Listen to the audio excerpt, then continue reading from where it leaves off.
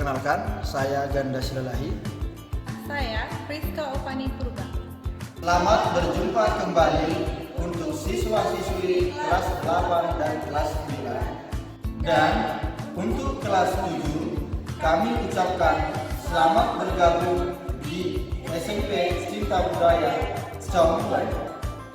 Selamat pagi anak-anak kelas 9. Berjumpa lagi dengan Bapak dalam pelajaran PPKN. Belajar ceria karena ilmu pengetahuan sangat menyenangkan. Saya harap kalian dalam keadaan sehat, sama seperti Bapak juga dalam keadaan sehat dan penuh semangat. Sebelum lanjut ke pelajaran, Bapak mau menyampaikan bahwa jadwal pelajaran PPKN akan dilaksanakan sekali dalam seminggu, yaitu pada hari Kamis, tepatnya pada jam 10. Jadi saksikan terus. Setiap hari Kamis pukul 10 WIB kita belajar PPKN secara online, baik secara video, Google Classroom, Zoom maupun lewat WhatsApp. Baik, langsung saja kita masuk ke materi pelajaran PPKN.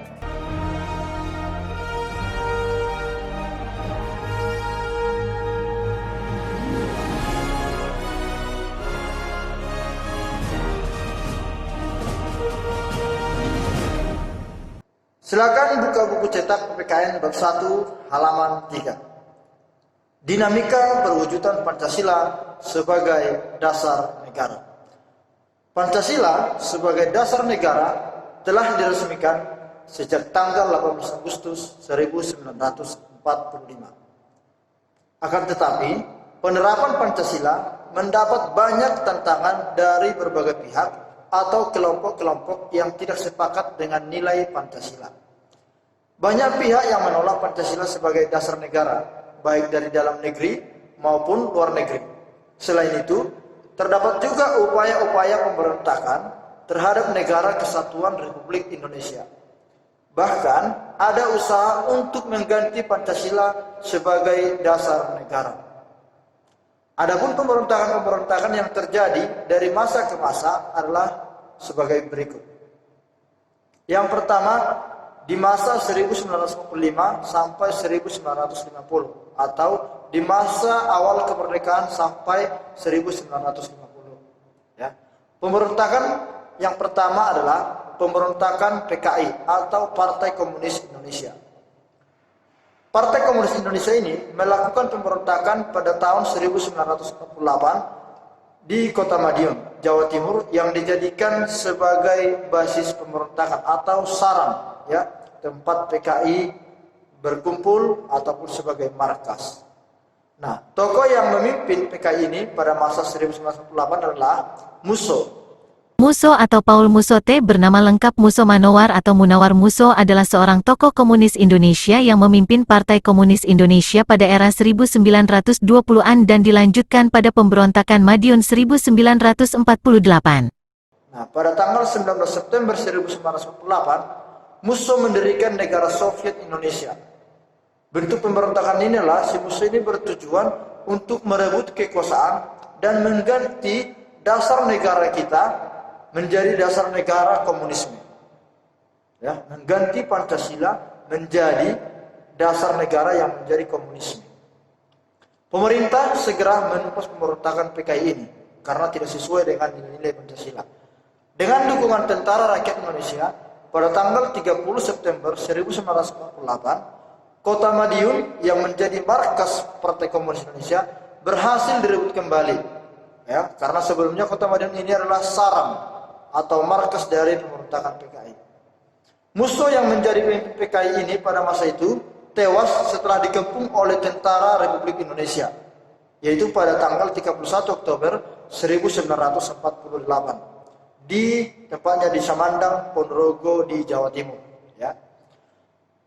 Pemberontakan selanjutnya setelah PKI adalah pemberontakan DITI atau Darul Islam, Tentara Islam Indonesia.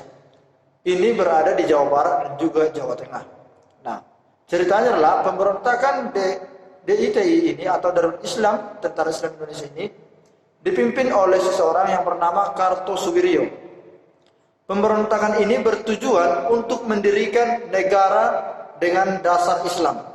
Ya, ingin mendirikan negara Islam, yang artinya berusaha mengganti ideologi Pancasila kita atau dasar negara kita yang Pancasila menjadi dasar negara syariah Islam.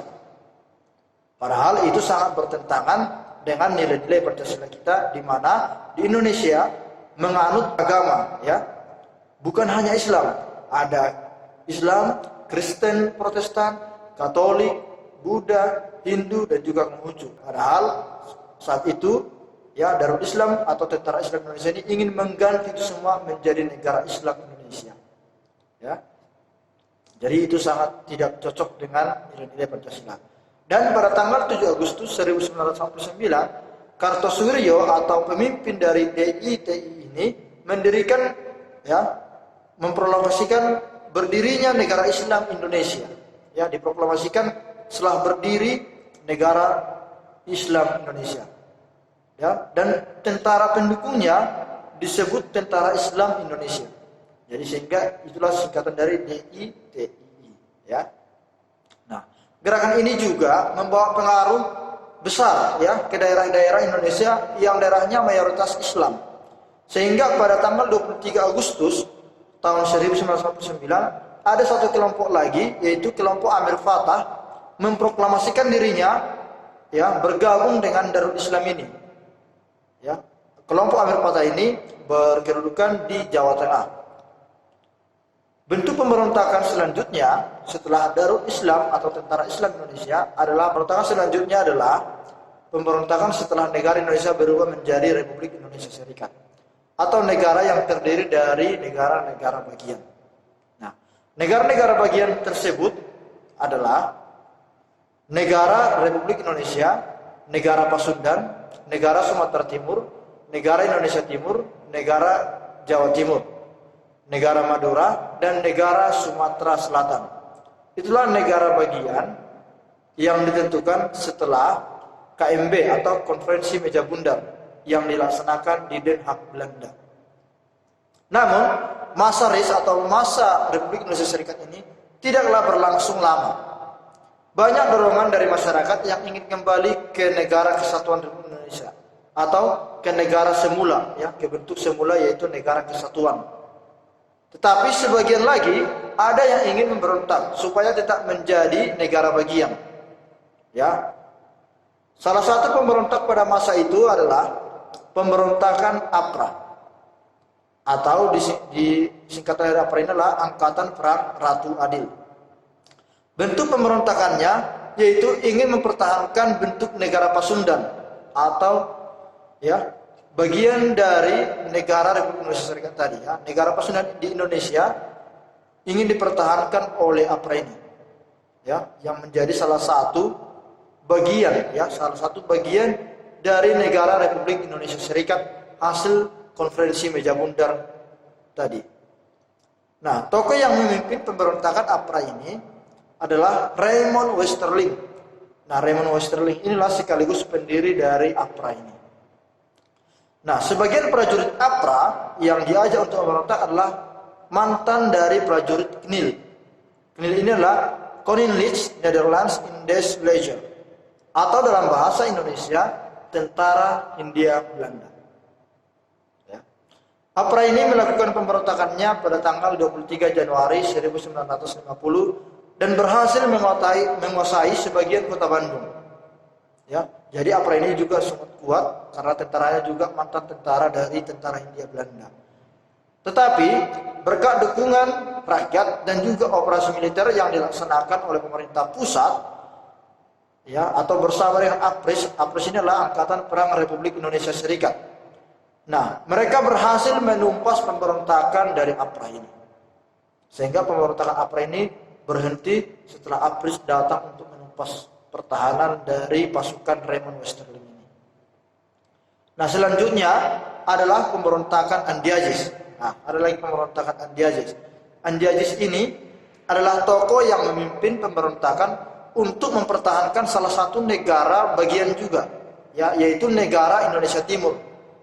Andiazis ini tidak mau bergabung dengan negara kesatuan Republik Indonesia. Dia ingin tetap terpisah, ingin memiliki negara tersendiri, yaitu negara Indonesia Timur. Ya. Andi Aziz ini adalah mantan perwira dari KNIL juga. Dia memimpin pemberontakan pada tanggal 15 April 1950. Dan pada tanggal 8 April 1980, pemerintah pusat Republik Indonesia Serikat mengeluarkan ultimatum kepada Andi Aziz untuk memanggil Andi Aziz datang ke pusat dan menyerahkan dirinya. Ya, pemerintah pusat datang memberikan ultimatum untuk si Andi Aziz ini, supaya si Andi Aziz ini mau melaporkan dirinya ke Jakarta dalam waktu 2 kali 24 jam. Ya, itu ada di bukumu, coba diperhatikan nanti. Dalam waktu 2 kali 24 jam. Si Andi Aziz ini harus melaporkan diri tanda menyerah kepada pemerintah pusat. Namun, Andi Aziz ini tidak mengindahkan ultimatum dari pemerintah pusat. Sehingga pasukan Angkatan Perang Republik Indonesia menumpas pemberontakan yang dipimpin oleh Andi Aziz, yaitu pada tanggal 26 April 1950. Selanjutnya adalah pemberontakan RMS, yaitu Republik Maluku Selatan. Bentuk pemberontakan ini adalah ingin membentuk negara sendiri di Maluku Selatan. Ya. Tokoh yang memimpin pemberontakan ini adalah Dr. Soumokil, yaitu mantan jaksa agung yang pernah bertugas di Nusa Tenggara Timur. Ya. Tetapi pemberontakan ini tidak berlangsung lama karena tim tentara atau APRIS Angkatan Perang Republik Indonesia Serikat langsung terjun atau tim ekspedisinya langsung melumpuhkan pergerakan-pergerakan yang dilakukan oleh Republik Maluku Selatan. Banyak dorongan masyarakat agar RIS atau Republik Indonesia Serikat ini dibubarkan dan Indonesia kembali menjadi negara kesatuan. Ya, supaya apa? Karena mereka mungkin tidak suka dengan negara-negara bagian ini, karena mereka inginnya bersatu sesuai dengan nilai Pancasila, sila ketiga Persatuan Indonesia. Maka dari itu pemerintah negara atau pemerintah pusat memanggil negara-negara bagian kemudian bergabung untuk merancang undang-undang dasar baru dengan konsep negara kesatuan. Sehingga pada tanggal 15 Agustus 1950, Presiden Republik Indonesia Serikat yang pada saat itu adalah Insinyur Soekarno mengumumkan piagam pernyataan terbentuknya negara kesatuan dan menandatangani Undang-Undang Dasar sementara yang dikenal dengan istilah Undang-Undang Dasar Sementara 1950. Adapun Undang-Undang Dasar sementara mulai berlaku sejak tanggal 17 Agustus 1950. Nah, pada saat diberlakukan Undang-Undang Dasar sementara itu, mulai dari situlah Indonesia kembali menjadi negara kesatuan Republik Indonesia. Ya. Demikianlah pembelajaran kita pada pertemuan pertama ini. Minggu depan kita akan lanjut ke penerapan Pancasila pada masa ke 1950 sampai 1559. Jadi silakan baca-baca bukumu di halaman 7. Minggu depan kita akan membahasnya bersama-sama.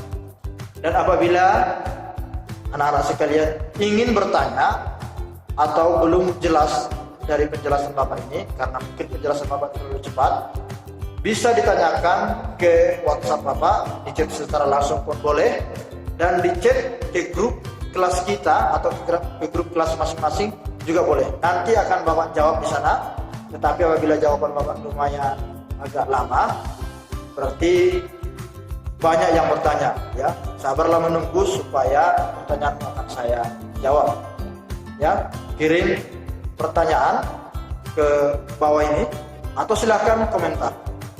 Oke ya. Nah, baiklah, Bapak akhiri pertemuan pertama ini.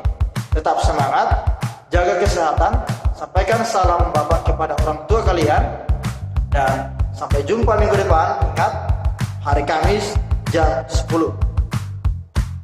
Belajar ceria karena ilmu pengetahuan sangatlah menyenangkan. Sampai